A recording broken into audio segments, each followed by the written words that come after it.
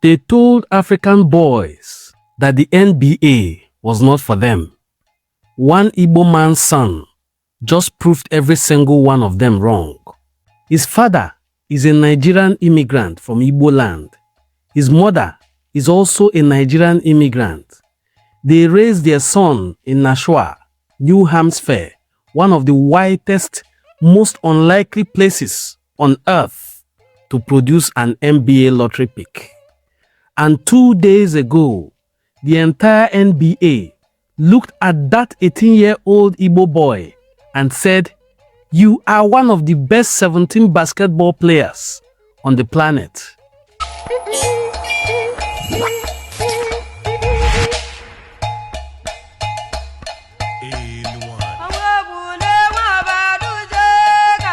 And 2 days ago, the entire NBA looked at that 18-year-old Igbo boy and said, "You are one of the 17 best basketball players on this planet."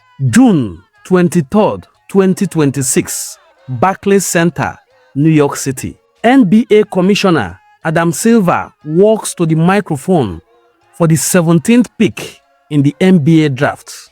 And the name he calls is Ebuka Okorie. In that moment, living rooms across eastern Nigeria froze. Igbo families watching from London, Houston, Enugu, Owerri, Lagos, Asaba, they stopped breathing because one of their own just walked in across the stage, shook hands with Adam Silver, and claimed his seat among the greatest basketball players in the world. Not someday, not almost. Pick number 17 in the whole world. But I need to tell you something about the moment that went beyond basketball. When Ebuka's name was called, the cameras found his family in the crowd, and his father, Charles Okorie, a Nigerian immigrant from Igbo land, a Harvard graduate, and the founder of a non-profit called the Thank You Project that gives back to the rural communities in Nigeria, was sitting inside Barclays Center in his full Igbo traditional attire. Not a suit, not a compromise, full Igbo regalia, in one of the most televised sporting events in America, with global cameras pointing. This man sat there completely unbothered, completely unashamed, completely Igbo, and completely himself. And that image is one of the most powerful things I have ever seen in a long time, because a little Igbo boy can now picture himself in that situation. And how many times have we been told quietly, loudly, directly, indirectly, that to succeed in Western spaces, you have to leave yourself behind, that you have to shed your accent, the fabric, the name, the culture. But there goes Charles Okorie with his son, Ebuka Okorie. Charles Okorie walked into the NBA draft and said, absolutely not. He was telling the world, my son did not get here by becoming someone else. He got here by knowing exactly who he is. And who he is comes from Igbo land, from the Igbo people, from the Igbo DNA. First and foremost, congratulations. Your name, as some people may not know, means God is great. And from Abia to New Hampshire to Palo Alto and now Detroit, across the diaspora, so many Nigerians are proud of you, and you've kind of been a source of inspiration for everyone all over. I just want to know what that means to you and what you want this moment to say to them. Yeah, I mean, this moment means a lot. I mean, like you said about my journey, the only reason I'm able to get here is by the grace of God. And my faith is just really big to me. My parents have instilled those values into me. Just growing up, me and my whole family. And like you said, being able to inspire other people that maybe of Nigerian background or just have similar upbringing as me, hopefully I can inspire them show them that hard work pays off, and to just chase your dreams. Fourth row on the left. Ebuka, congratulations. Josh Brogadier with WCVB in Boston. I know you're now one of 2 New Hampshire natives to be in the NBA. And along with your new teammate, of course, Duncan is the other one. What does it mean to be one of 2 NBA player Granite Staters and on the same team? Yeah, I mean, it means a lot, really, to be from New Hampshire, make it all the way to the NBA. Like I said, just dream big. Doesn't matter where you're from, you can make it.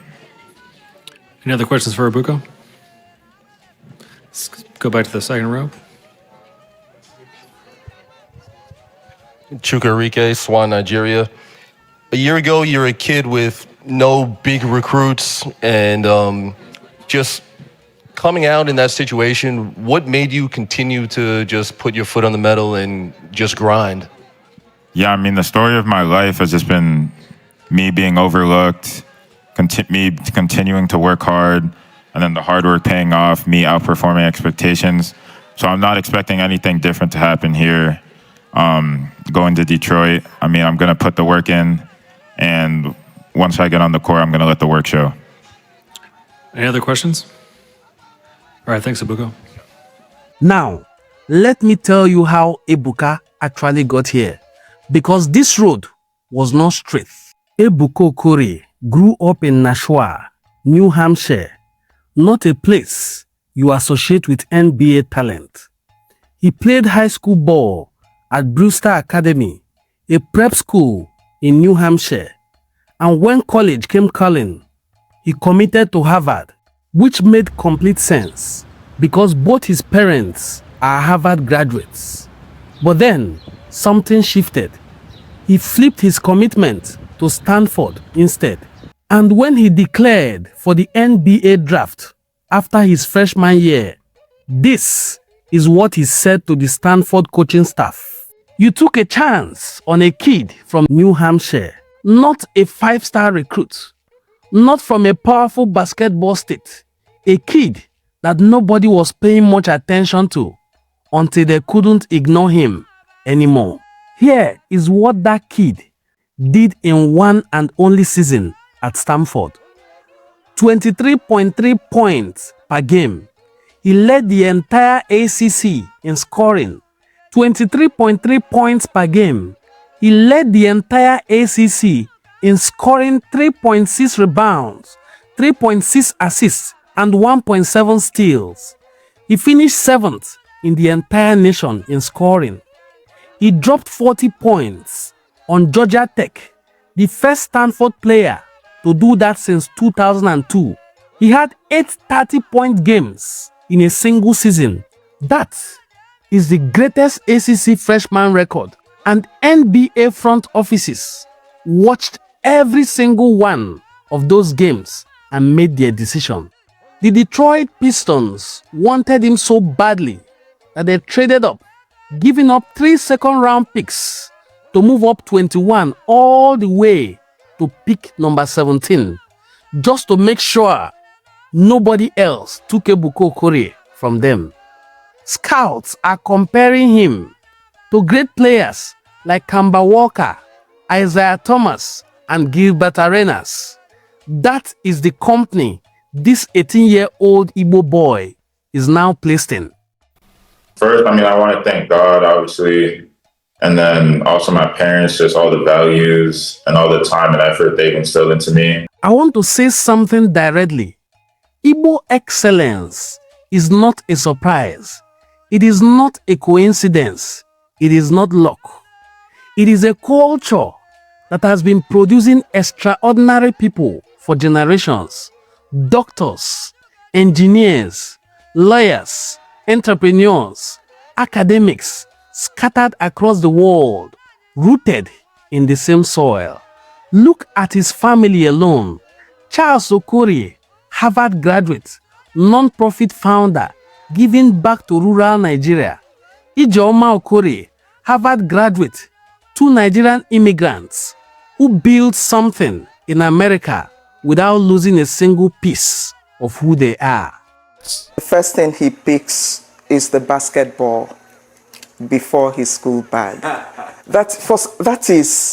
It's just in here and in here. We also had to make the basketball court at the backyard. And they raised a son who at 18 years also walked into the ACC, one of the most competitive basketball conferences in America, and dominated it from day one. That does not happen by accident. That happens when a family pours everything into a child and tells them, you were made for greatness. Now you can go and prove it.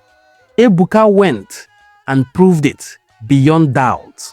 And his father sat in Barclays Center in Igbo attire to make sure that the entire world knew exactly where that greatness came from.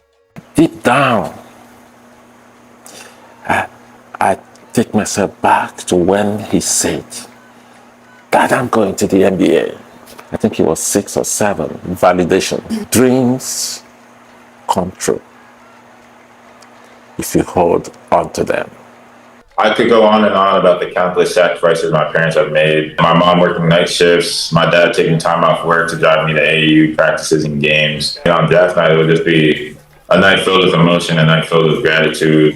Ebuka Okorie is 18 years old. One season of college basketball, pick number 17 in the NBA draft. His father wore Igbo traditional attire to watch it happen at Barclays Center in New York. And somewhere right now, a child in Enugu, Asaba, Ubuluku, Owerri, Onitsha, Lagos just decided their dream is not too big because they have seen someone in their own color, from their own culture, achieve the same. That is the real legacy of this moment. Share this. Tag Nigerians that you know. Tag every Igbo person. Tag every American parent who is betting everything on their child's future. Because this is what we look like as Igbo people when we show up as ourselves. Igbo Amaka, if you enjoyed watching this beautiful documentary of the phenomenal achievements of the 18-year-old Ebuka Okorie in the NBA, kindly hit the subscribe button, drop a comment down below, and share this video with your audiences. My name, once again, is Prince Onwadene Mongozi Chukwuka Fortune. I will see you in my subsequent videos. Bye.